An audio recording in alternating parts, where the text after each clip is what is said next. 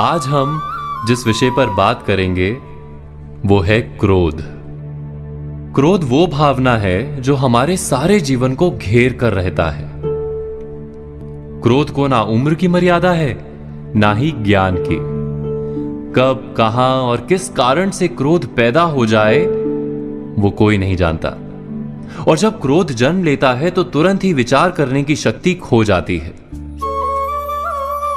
बुद्धि पर अंधकार छा जाता है। वर्षों के संबंध पल भर में टूट जाते हैं। सारा जीवन बिखर जाता है। किसी भी कारागार में जाकर देखिए, अधिकतर अपराधी क्षण भर के क्रोध का दंड भोगते हुए दिखाई देंगे, पर फिर भी हम क्रोध पर अंकुश नहीं लगा पाते। बार बार हम क्रोध ना करने का प्रण तो लेते हैं, पर बार बार हमसे क्रोध हो जाता है। ये क्रोध वास्तव में क्या है, क्यों जन्मता है और क्यों अंकुश में नहीं रहता?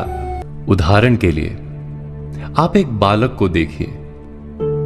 उसे किसी वस्तु की इच्छा होती है और उस समय अगर उसे वो नहीं मिलती या कोई उसे भयभीत करता है तो वो प्रतिक्रिया देता है। बालक की प्रतिक्रिया क्रोध है, क्योंकि बालक निर्बल है, निसहाय है। बालक अपनों से बड़ों को अपने वजूद का एहसास, अपने अस्तित्व की प्रतीति करवाने का प्रयास करता है क्रोध के माध्यम से। बड़े होने पर भी हम क्या ऐसा ही नहीं करते?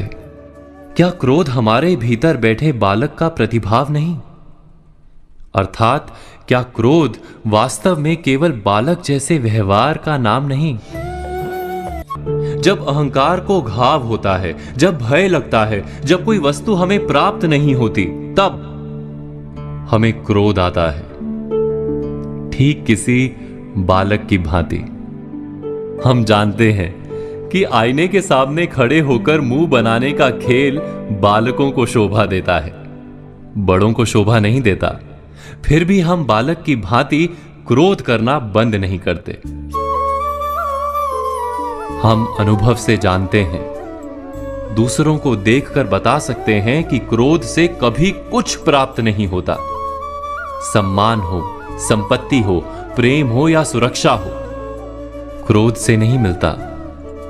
मिलता है तो प्रयासों से, कार्य करने से, बुद्धिपूर्वक विचार करने से। मनुष्य मात्र अपनी आदतों के अनुसार ही जीता रहता है।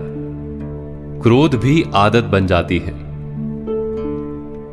हमारे चाहते हुए भी हम अपने प्रतिभावों को रोक नहीं पाते। हम स्वयं को बड़े या पुख्ता मानते हैं, पर थोड़ा सा कारण मिलते ही हमारे भीतर का बालक क्रोध कर बैठता है। अर्थात क्रोध वास्तव में और कुछ भी नहीं, हमारी बालक बुद्धि का नाम है। जैसे ही हम इतना स्मरण में रखें कि हम बालक नहीं, बालक जैसा व्यवहार हमें शोभा नहीं देता, वैसे ही क्रोध स्वयं ही बंद